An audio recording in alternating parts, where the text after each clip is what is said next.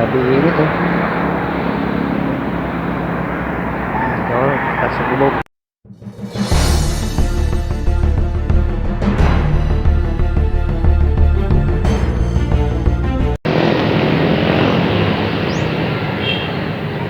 Kaya ito mga boss, yung mabubog nyo, ganyan na. Oh, grabe na mga boss. Nangalawang eh. Oh, ganito. Ayan. Ayan ginagawa ko mga boss to. Boss, mga tumutulo na to. So, para kasi pag ganito may hindi mo makikita yung leak. So, maganda niyan kasi lumuwag na lahat ng thick screw niya o yung tornilyo sa bubong, mga ganito. Ayan, so magpa-plaster tayo ngayon ng Bulkasil mga boss kasi kailangan niya yan. Ayan.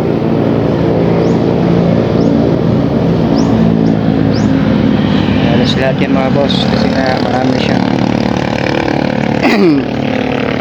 May tulo siya sa loob, tapos meron na siyang kisame, so hindi hirap nang makita. Kaya nandito tayo ngayon sa taas ng bubong kasi mga nangangalawang ng mga boss. Kaya tanawin dito mga boss oh.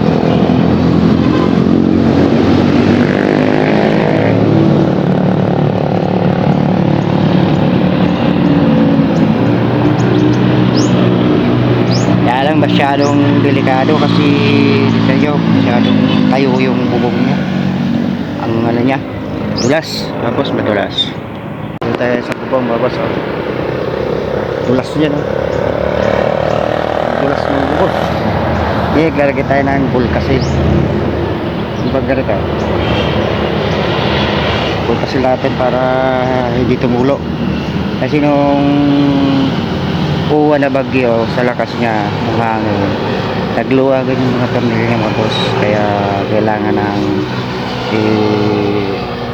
i-Bulkasil to para hindi siya lumaki yung tulo mga boss.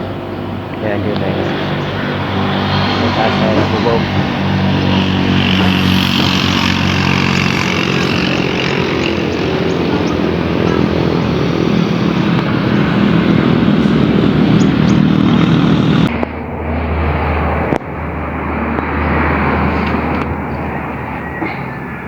Yung mga thick screw niya mga boss, tulo kasi tuli, may tagas.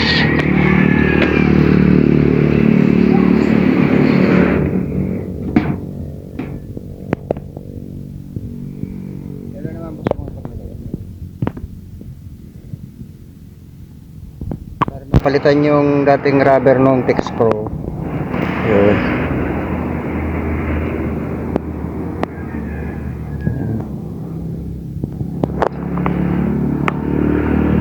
Maibalik yung dating rubber. Medyo wala din tayo, nasa ano tayo, pagitan ba yun eh. Mas wala tayong dito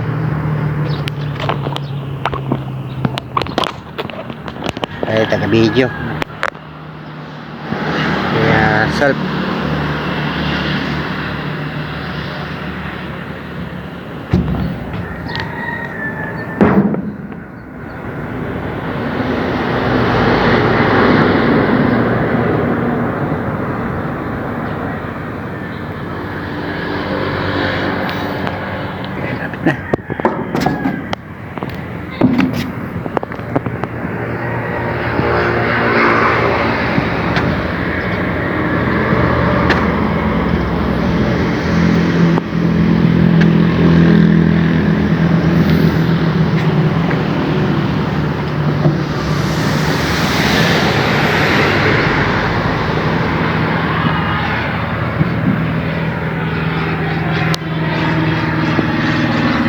boss, tapos na yung bubong. Init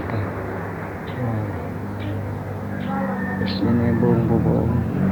Ayan siya, ayan, naging batik-batik. Kaya pipinturahan naman ito mga boss, papinturahan daw nila. sa babaw. Tarik eh. Para sure ball na wala na siya maglilit mga boss.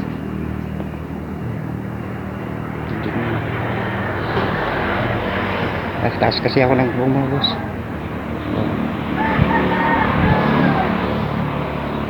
So, ba tayo daw silong?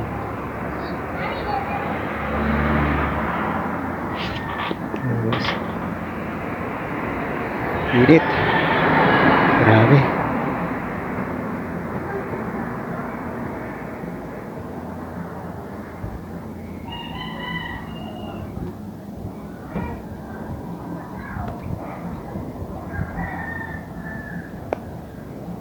Grabe init oh. Oh, taas sa gulog. Boss. Ayun lang. Tarik.